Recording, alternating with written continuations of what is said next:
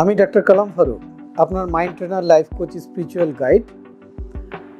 আজ কথা বলবো প্যারেন্টিং নিয়ে, কারণ আমাদের সমাজে এখন এটা খুব একটা ক্রুশিয়াল ইস্যু হয়ে গেছে যে সন্তান এবং বাবা মা এই বিষয়টা। কারণ যেইভাবে যুগের পরিবর্তন চলছে, যেভাবে ফাইন্যান্সিয়াল আপস অ্যান্ড ডাউন চলছে, যেভাবে এডুকেশন সিস্টেমের মধ্যে চড়াই উতরাই চলছে, এই সব কিছু মিলিয়ে এটার প্রভাব পড়ছে সন্তানদের উপর, প্রভাব পড়ছে বাবা মার উপরে, প্রভাব পড়ছে পুরো সমাজে। এই বিষয়টাকে আমরা কিভাবে ঠিক করব, বা এই বিষয়টা আমরা কিভাবে আমাদের মাইন্ড এবং ব্রেন এই ক্ষমতাটাকে ইউজ করে কিভাবে আমরা এই জায়গাগুলোকে কারেকশন করব। তো আমি শুরু থেকে কিছু কথা বলবো, হয়তো আপনার লাইফে ওটা এখন ম্যাচ করবে না, কিন্তু আরেকজনের লাইফের সাথে ম্যাচ করবে। কিন্তু আপনার জেনে রাখা দরকার যে কোন জায়গা থেকে আমাদের শুরুটা করতে হবে, আর কিভাবে প্রত্যেকটা স্টেপে সন্তানের সাথে আপনার কমিউনিকেশন হবে। দুটো জিনিস খুব গুরুত্বপূর্ণ। একটা হলো কমিউনিকেশন, খুব গুরুত্বপূর্ণ জিনিস, যে আপনি কোন ওয়েতে কিভাবে আপনার সন্তানের সাথে কমিউনিকেশন করেন। আর দ্বিতীয় হলো যে আপনি তাকে কি বেড়ে উঠতে দেন নাকি আপনার মতো গড়তে চান। তো এখানে আসছে যে কন্ট্রোলিং। তো তাকে যদি আপনি সেলফ কন্ট্রোলিং এ নিয়ে যেতে চান, তাহলে এটা খুবই ভালো একটা বিষয়। আর যদি তা আপনি না করেন, তাহলে এটার ইফেক্ট খুব ডিফারেন্ট আসে। তা আপনি কমিউনিকেশন কিভাবে করছেন, আর আপনাদের প্যারেন্টিংটাকে ম্যানেজমেন্ট করছেন কিভাবে, এই দুটো বিষয়ে আপনার স্কিল ডেভেলপ করার প্রয়োজন আছে। কতদিনের জন্য বলে, আপনার সন্তান যদি এখন জন্ম নেই, আপনি চাচ্ছেন সন্তান পৃথিবীতে আনবেন, তাহলে এখনই আপনার এই প্রশিক্ষণটা দরকার। যদি আপনি মনে করেন যে আপনার সন্তান আছে, তার বয়স মাত্র 2 বছর, তাহলে আপনি এখনই প্রশিক্ষণটা নেন। তাহলে এখান থেকে কিভাবে শুরু করবেন সেটা বুঝে নেবেন। আপনার সন্তান এখন 12 বছর বয়সের, এখনো আপনার সময় আছে, আপনি এখনো এই প্রশিক্ষণটা নেন, এই অ্যাওয়ারনেসটা নিজের ভেতরে তৈরি করেন, এই এডুকেশনটাকে ডেভেলপ করেন। তাহলে আপনি আপনার সন্তানকে হেল্প করতে পারবেন, তাকে গাইড করতে পারবেন। আর যদি বলেন যে আমার সন্তান তো বড় হয়ে গেছে, ঠিক আছে, তখনও আপনি যেহেতু বাবা মা, আপনার সাথে তার শিকড়ের নারীর একটা সম্পর্ক আছে, রুটের একটা কানেকশন আছে, তাহলে আপনিও সেখানে কিছু ইম্প্যাক্ট আনতে পারবেন, কিছু চেঞ্জেস আনতে পারবেন। তার লাইফে আপনি বেটার কিছু তৈরি করার জন্য কাজ করতে পারবেন। তাহলে আপনাকে এই স্কিলটা আমি স্টেপ বাই স্টেপ শেয়ার করব। তো আজকে এই পার্ট 1-এ আমি যেটা বলতে চাই, যে আমরা বিয়ে করি, বিয়ে করার পরই আমরা একটা পরিকল্পনা করি যে আমরা একটা সন্তান নেব।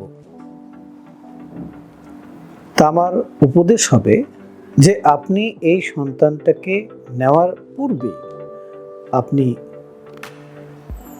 একজন মাইন্ড কনসালটেন্টের সাথে কনসাল্ট করুন, যারা মাইন্ড প্রোগ্রামিং শেখায়। একজন লাইফ কোচের কাছে যান, হাজব্যান্ড ওয়াইফ দুজনে মিলে আপনাদের প্ল্যানটা বলুন। কারণ আপনি যেই সন্তানটাকে পৃথিবীতে আনবেন, সে কিন্তু গর্ভে আসার পর থেকেই তার কিন্তু লার্নিং শুরু হয়ে যাচ্ছে। সে পৃথিবীতে এসে কি ধরনের, কোন নেচারের মানুষে পরিণত হবে, সে কেমন হবে, তার বিলিফ সিস্টেমগুলো কিরকম হবে, তার ভেতরের কোর লেভেলটা কিভাবে ডেভেলপ হবে, এই সব কিছু কিন্তু সে মাতৃগর্ভেই নিয়ে আসে। তার ডিএনএর প্যাটার্নটা কিরকম হবে। আমরা তো সবসময় কি করি জানেন, আমরা সবসময় দেখি বাচ্চাটা বড় হয়ে যখন অনিয়ম করছে, সেই ফেজটাকে আমরা দেখি। তখন আমরা ডাক্তারের কাছে যাই, তখন আমরা কনসাল্ট করি কাউন্সিলরের সাথে, তখন আমরা সাইকিয়াট্রিস্টের কাছে যাই, তখন অনেক হেল্প আমরা চাই। বাট নিয়ম হলো যে আপনাকে আগে একটা প্ল্যান লেআউট করতে হবে যে আমি সন্তানটা নেব। ওকে, তো যখন আপনি সন্তান নেওয়ার জন্য চিন্তা করলেন, প্ল্যান করলেন, হাজব্যান্ড এবং ওয়াইফ দুজনে মিলে করলেন, এটা করার আগে আপনাকে আমার একটা প্রশ্ন, আপনাদের দুজনের মধ্যে বন্ডেজ কিরকম, সম্পর্ক কিরকম? সেই সম্পর্কটা কি স্ট্রেসফুল সম্পর্ক? কারণ আমাদের সমাজে এরকম অনেক রেওয়াজ আছে যে আচ্ছা এখন সম্পর্ক নড়বড়ে, ভালো হইতেছে না, কিন্তু একটা সন্তান এলে ভালো হয়ে যাবে। এটা হচ্ছে মিস্টেক। সন্তান এলে হাজব্যান্ড ওয়াইফের সম্পর্ক ভালো হয়ে যাবে, এটা হচ্ছে আপনার মিসকনসেপ্ট। আগেকার দিনে গ্রামে এই চল ছিল যে একটা বাচ্চা নেই, দেখ সে মানুষটা তোর কন্ট্রোলে চলে আসবে। তাহলে মায়ের ভেতরে ইন্টেনশন কি কাজ করছে যে আমি হাজব্যান্ডকে এখন কন্ট্রোল করতে পারতেছি না, এই সন্তান আসলে এই সন্তানটাকে দিয়ে তাকে কন্ট্রোল করব। তাহলে সন্তানকে বানাচ্ছে কি? হাজব্যান্ডকে কন্ট্রোল করার একটা হাতিয়ার। আজকেও সমাজে এই জিনিসগুলো আছে। এটা যে সেই সন্তানের কি ক্ষতি হচ্ছে এটা কিন্তু টের পাচ্ছে না কেউ। এটা কখন টের পাচ্ছে? যখন ওই বাচ্চাটার বয়স 18, 20, 22 বছর হচ্ছে, তখন টের পাচ্ছে। আবার অনেক মা আছেন যে তার হয়তো ইচ্ছাই ছিল না এই ছেলেটার সাথে সংসার করবেন, মন চাচ্ছিল না, বা বোন ছিল না, হ্যাঁ, ম্যাচ করতেছিল না, তো হঠাৎ করে প্রেগনেন্ট হয়ে গেলেন আননোয়িংলি, বুঝলেন না, বুঝে ওঠার আগেই প্রেগনেন্ট হয়ে গেলেন, সন্তান চলে আসলো। এখন মায়ের মমতা তাকে এই বাচ্চাটাকে কোনোভাবেই ফেলে সংসারটা ছেড়ে যেতে ইচ্ছে করছে না। সে বাধ্য হয়ে সন্তানের কারণে তার হোল লাইফটাকে স্যাক্রিফাইস করছেন। কি চিন্তা করে? যে আমি এই সন্তানের জন্য লাইফটা স্যাক্রিফাইস করছি, আমি চলে গেলে লাইফটা কি হবে?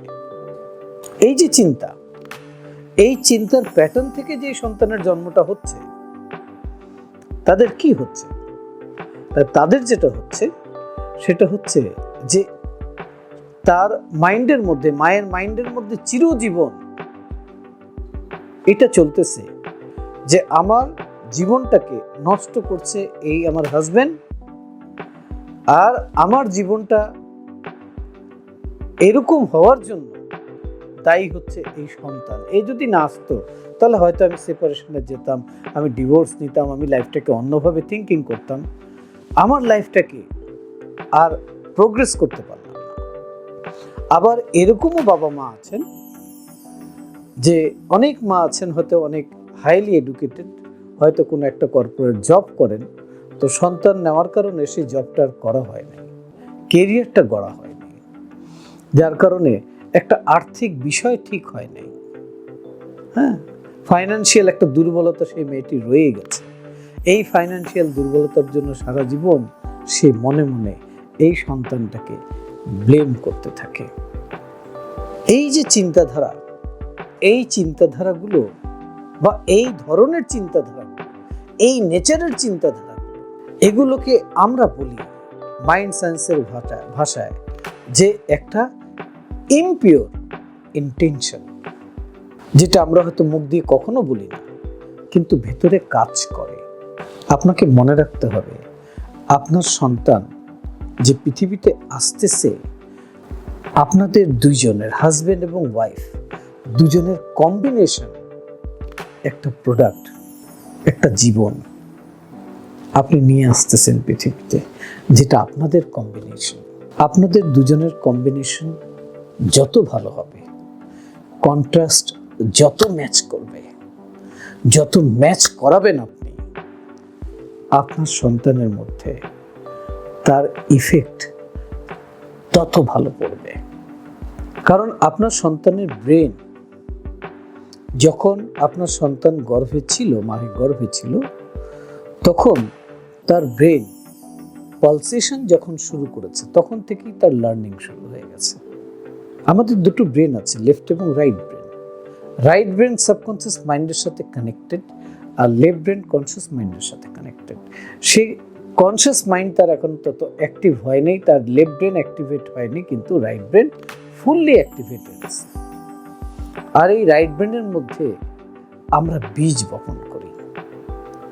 ধরেন আপনি ডাক্তার হবেন, ডাক্তারের টোটাল স্কিলটা যখন রাইট ব্রেনে আপনি বীজ বপন করে দিতে পারবেন, সেদিন আপনি ডাক্তার হয়ে যাবেন। তাহলে এই রাইট ব্রেন মায়ের গর্ভে অ্যাক্টিভেট হচ্ছে, আর মা হচ্ছে তখন তার প্রোগ্রামার। কেমনে? কারণ তখন তো তার লেফট ব্রেন ওইভাবে ফিজিক্যালি অ্যাক্টিভেটেড না,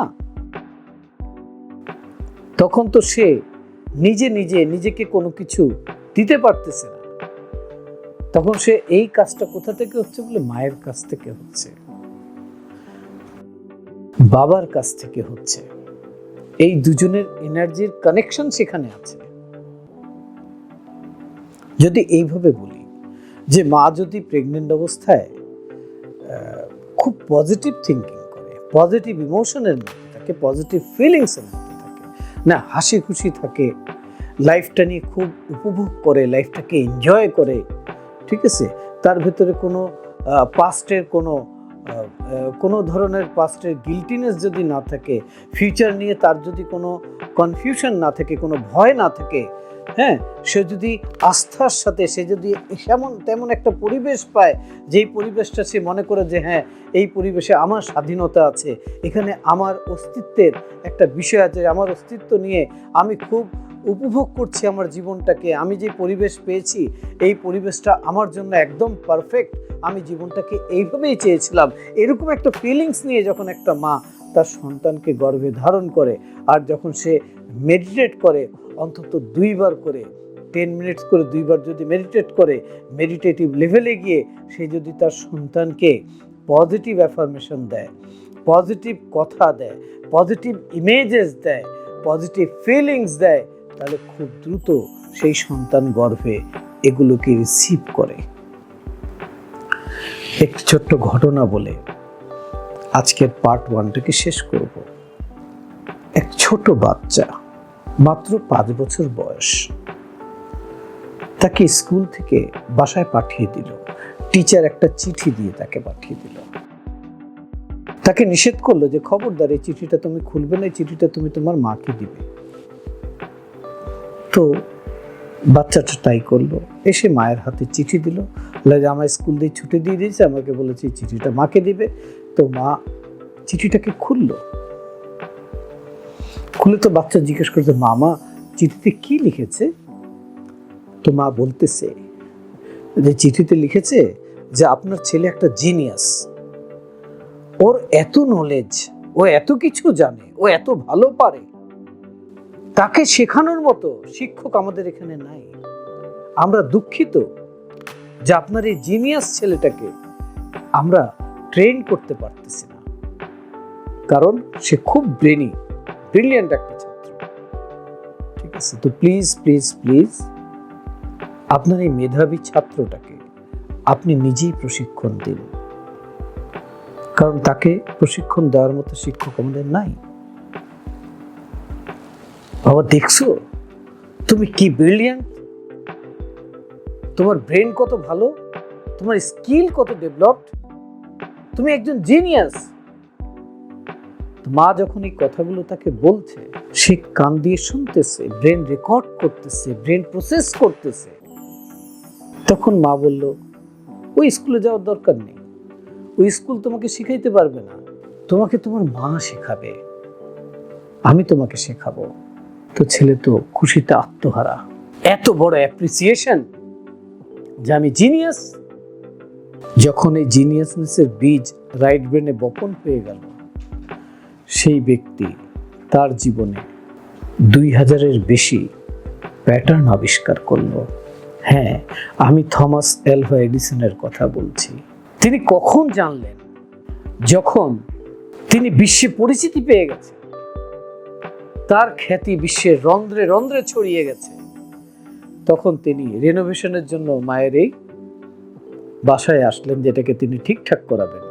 তখন সেই খামটা তার হাতে পড়ে, সে খুলে দেখে যে এখানে লেখা আছে যে আপনার ছেলে একটা গমেট, গর্ধব, মূর্খ, আমরা যা পড়াই তার কোনো কিছুই সে পারে না, তার কারণে আমাদের স্কুলের পড়ার পরিবেশ নষ্ট হচ্ছে, তো প্লিজ প্লিজ প্লিজ তাকে কাল থেকে স্কুলে পাঠাবেন না। চিঠিতে লেখা ছিল কি, এর মা কি বলছে। আমরা কি বলি 5 বছরের বাচ্চাকে? পরীক্ষা একটু মার্কস কম আনলে। আমরা কি বলি যদি ঘুম থেকে ঠিক মতো টাইমলি না উঠলে। আমরা কি বলি যদি স্কুল মিস করলে। আমরা কি বলি যদি হোমওয়ার্ক 1 দিন 2 দিন না করলে।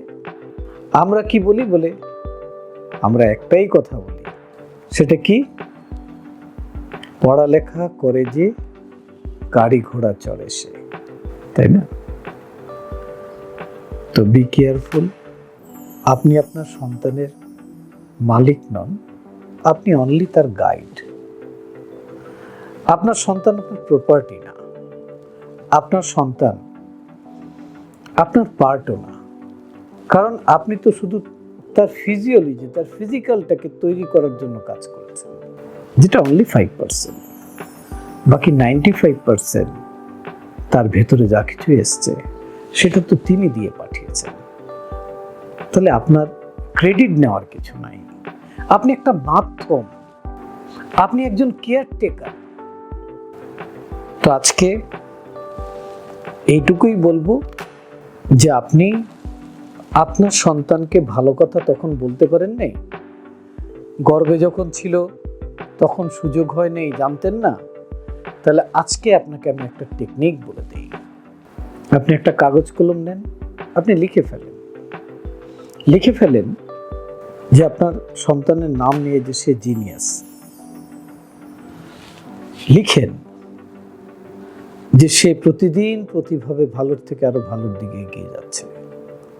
লিখেন আমার সন্তান প্রত্যেকটা কাজ করে, সেই কাজ দিয়ে সে মানুষকে বেনিফিটেড করে, নিজে বেনিফিটেড হয়, মানুষকে বেনিফিটেড করে।